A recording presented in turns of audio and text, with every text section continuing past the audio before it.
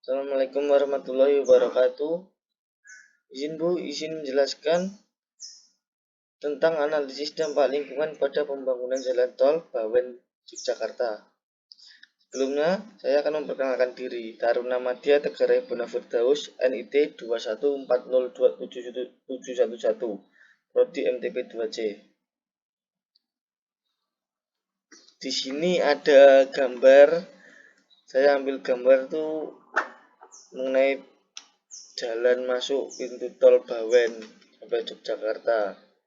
Dan ini ada gambar tata guna lahan rencana jalan-jalan bebas hambatan,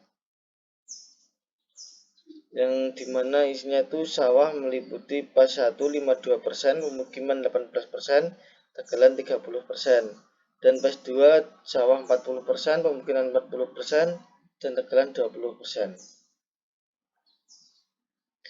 Deskripsi proyek. Tol Bawen Yogyakarta adalah salah satu jalan tol baru yang rencananya akan dibangun mulai tahun 2018 dan ditargetkan dapat beroperasi pada tahun 2020.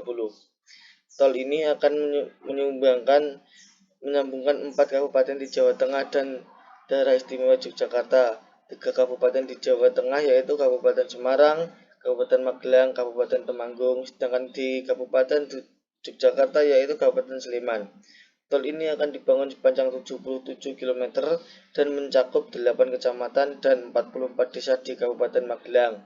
Kecamatan yang terkena terdampak yaitu Kecamatan Luar, Kecamatan Muntilan, Kecamatan Mungkit, Kecamatan Borobudur, Kecamatan Candi Mulyo, Kecamatan Tegalrejo, Kecamatan Secang, dan Kecamatan Gerabak.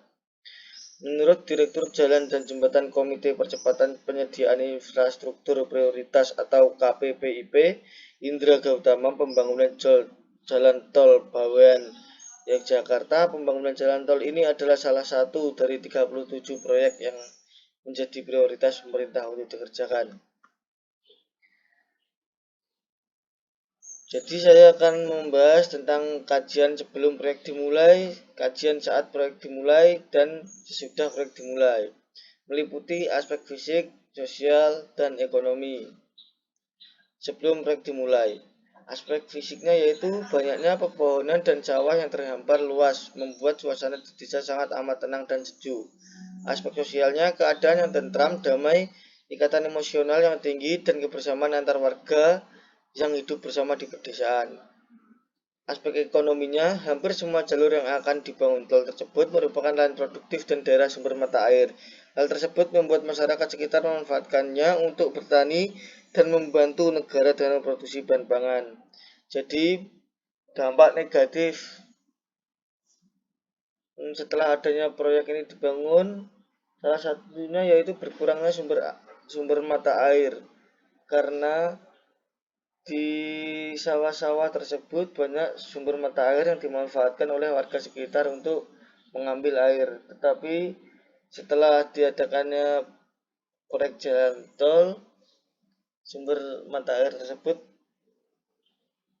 telah hilang. Dan yang kedua, saat proyek dimulai, dari aspek fisik yaitu pertama, lalu lintas di sekitar area pembangunan yang dilewati oleh kendaraan proyek akan mengalami kemacetan. Yang kedua, udara di sekitar pengerjaan proyek menjadi tercemar karena penggunaan alat berat yang digunakan. Jadi, dampak negatifnya yaitu udaranya akan tercemar. Apabila proyek melakukan pembangunan, otomatis alat-alat berat akan diadakan dan menyebabkan pencemaran udara.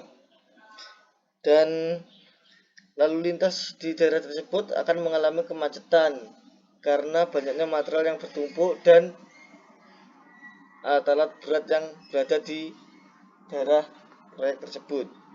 Yang kedua, ada aspek sosial. Saat proyek dimulai, dampak atau pengaruh aspek sosial yaitu adanya konflik yang terjadi karena adanya sikap pro dan kontra di masyarakat terhadap pembangunan proyek. Dan yang kedua, penduduk pada sekitar area pengerjaan proyek jalan tol akan merasakan suara kebisingan dikarenakan penggunaan alat berat yang dipergunakan dalam pengerjaan proyek. Jadi selain menyebabkan kualitas udara menjadi buruk atau tercemar, Alat berat juga menyebabkan suara kebisingan dan itu mengganggu penduduk sekitar. Dan yang pertama tadi adanya konflik yang terjadi karena adanya sikap pro dan kontra terhadap pembangunan proyek. Jadi tidak semua masyarakat di sekitar proyek itu setuju. Ada juga yang tidak setuju, seperti tanahnya dijual, otomatis tanahnya mau nggak mau harus dibeli oleh sang pemilik proyek. Yang ketiga ada aspek ekonomi. Hampir semua jalur yang akan dibangun tol tersebut merupakan lahan produktif dan daerah sumber mata air. Pada saat pembangunan berjalan menyebabkan mata pencarian masyarakat yang berprofesi sebagai petani menjadi hilang dan mengharuskan petani untuk mencari lahan lain atau berganti profesi. Yang kedua, pelaku usaha yang berada di jalur pembangunan jalan tol dengan terpaksa harus merelakan bidang usahanya untuk ditutup dan memilihkan di mana akan membangun usaha mereka kembali. Yang ketiga ada aspek setelah proyek dimulai. Jadi setelah proyek itu dikerjakan. Yang pertama ada aspek fisik. Banyaknya pepohonan yang terkena pembebasan lahan menyebabkan daerah di sekitar jalan tol berpotensi terkena banjir pada saat curah hujan sedang tinggi. Jadi pohon-pohon yang sebelumnya itu banyak sekarang menjadi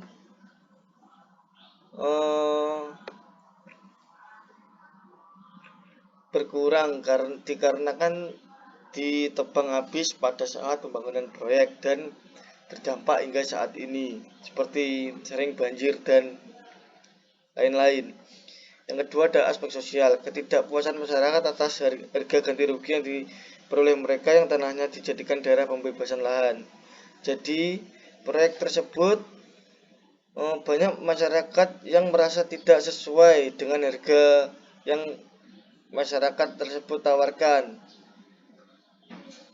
Hal tersebut mengalami atau menyebabkan ketidakpuasan masyarakat atas harga ganti rugi.